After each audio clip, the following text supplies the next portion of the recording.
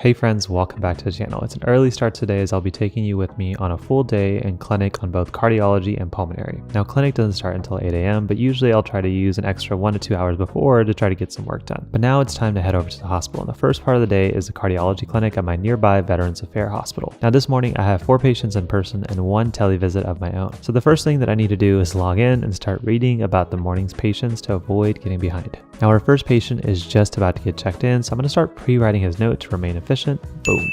Now let's talk about our first case. First, we have a 75-year-old male that has 2 valve replacements of his aortic valve. Now your aortic valve separates your left ventricle of your heart from the systemic circulation, and it's very common for older patients to develop some level of calcification, and some will develop a narrowing in the opening. Now when this narrowing reaches a severe level, the patient becomes symptomatic, and so the best form of treatment is to replace the valve. For this gentleman, unfortunately we have 2 issues that I need to solve. Number 1, the type of valve that he has an average lifespan of about just 10 years, and it's starting to show some signs of failure on his ultrasound. And number 2, he wasn't taking his medications consistently prior to this visit and is starting to develop signs of heart failure. So the combination of a stenotic valve as well as a weaker heart, no bueno. So we need to start the process of getting him evaluated for a new valve immediately, as well as addressing his weaker heart with newer medications. So as you can expect, this first visit took me a lot longer than I was expecting, so now I'm starting to play catch up. But luckily for me, the next visit is a little bit easier because we have a 68-year-old man who's well known to our clinic who's had a history of 3 prior heart attacks as well as a bypass procedure, who comes to me today complaining of chest pain. Now this visit is a little bit easier because he's already had a lot of procedures, and so likely going down the procedure route again to help his chest pain is likely not going to be the best route. And so if I don't have the option of a procedure to fix his chest pain, often I can rely on changes in medications. And some options that I love to address chest pain include beta blockers, calcium channel blockers, and nitrates. And lucky for this guy, we had a few adjustments we can make, and we scheduled him an appointment to see us again in just a few weeks. Now since this visit was a lot quicker, thankfully I'm all caught up. Now the rest of the morning is spent calling my 1 televisit as well as seeing some follow-up patients. And keep in mind that each time I see one of these patients, because I'm a resident, I have to present them to our head cardiologist in the clinic to make sure that he agrees with my plan. But thankfully today he's on board with my management decisions, which keeps the clinic moving a little bit quicker, so now I can start getting ready to head over to the pulmonary clinic. But before I left, if you've ever been to a VA hospital, then you know that many of them are notorious for having some delicious popcorn, so I had to make sure that I grabbed some for myself on my way out. Now for this afternoon, I'll be transitioning from a cardiology to a pulmonary clinic, which personally I'm not that great in, so this will be a good learning experience.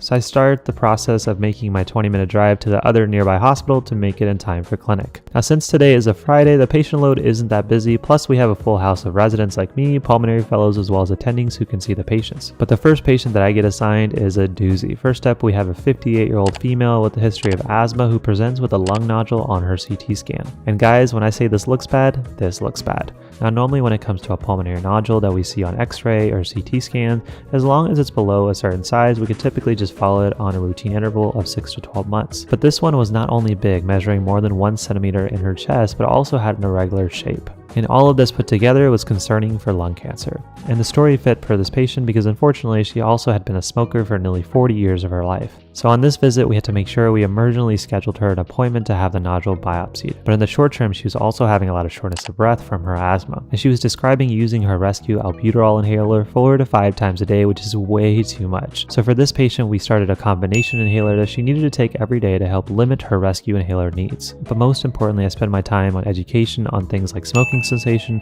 as well as the importance that she makes this biopsy. And as soon as I'm leaving her room, I'm a little beat down because of the rough news that I had to break. So I'm definitely starting to feel the fatigue, but I have one more interesting patient I have to see before I call it a day. So last up, we have an 82-year-old female who's referred to the pulmonary clinic for complaints of hemoptysis or coughing up blood. Now this patient came to us with a CT scan of her chest, and she had some very interesting findings at the top of her lungs, which were classic for an old tuberculosis infection. And sure enough, when I took a deeper history, the patient admitted to having TB several years ago when she lived in Mexico. And after further lab workup, it looked like she didn't actually have another active TB infection, but more likely a sequela from the damage that the last infection had done. So we made sure to put her on the right regimen to keep her airways and secretions clear to minimize the hemoptysis in the future. And thankfully, in between the time that she was referred and when we actually saw her in clinic, she was already starting to feel better. But with that patient have been seen and my notes now all signed, overall a great day with some interesting, classic, as well as unique cases. And I hope you guys enjoyed following me throughout my day, and hopefully you learned a thing or two. As for me, I'm planning on going home, putting my feet up, and relaxing for the rest of the day. Oh, and also starting to picture the next time I can have more of that popcorn. But until then, guys, guys, thank you so much for watching. On your way out, make sure you hit that like button if you enjoyed this video and also support the channel.